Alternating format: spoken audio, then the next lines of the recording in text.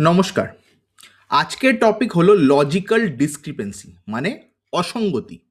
আমি তো বাবা-মায়ের একমাত্র সন্তান। কিন্তু বহু আত্মীয়স্বজন আছেন যাদের একাধিক সন্তান আছে। আমাদের প্রজন্মে কম, তার আগের প্রজন্মগুলিতে আরও অনেক বেশি।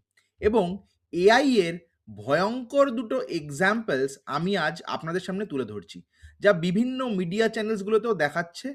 তার মধ্যে একটি হচ্ছে, "you have been linked at son or daughter with someone who has also claimed by 6 others as father, giving suspicion of a likely incorrect match."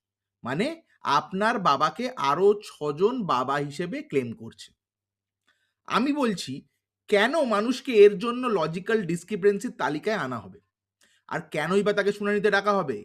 একটা মানুষের 6 জনের বেশি ছেলেমেয়ে থাকা কি অপরাধ? কোথায় লেখা আছে? ভাবুন, একটা পরিবারে 7 জন ভাই বোন হয় না? হয় নাকি? আপনারাই বলুন। আমাদের আগের প্রজন্মে এ তো আকছার। এর সঙ্গে ধর্মও মেলাবেন না। বহু পরিবারে, বহু বাড়িতে 7 জন ছেলেমেয়ে হয়।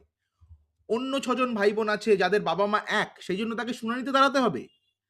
আরও একটা এক্সাম্পল দিচ্ছি আপনাদের, যেটাকে সোজা ভাষায় বলা যায় মেশিনের ভুল বা সফটওয়্যারের ভুল। এই ভুলটি কি? হঠাৎ করে আপনার নামের পাশে দেখা গেল 3টে লেটার FLR। অনেকে সেটাকে আবার ভুল পড়ে আরও টেনশনে পড়ে যাচ্ছেন, সেটাকে ভাবছেন FIR। FLR কথার মানে হলো ফ্লোর। সেটায় আপনার কোনো দোষ নেই, আপনার বিএলওরও কোনো দোষ নেই। তিনি কিন্তু আপনার নামে আপলোড করেছেন। মেশিনের ভুলে হাজার হাজার মানুষের নামের পাশে FLR বসে গেছে। আর এর জন্য তাকে নথি দিয়ে এই অসঙ্গতি ক্লিয়ার করতে হবে, নয়তো তাকে হিয়ারিংয়ে ডাকা হবে। এর দায় কে নেবে? মানুষকে কেন হয়রানির শিকার হতে হবে বলুন তো?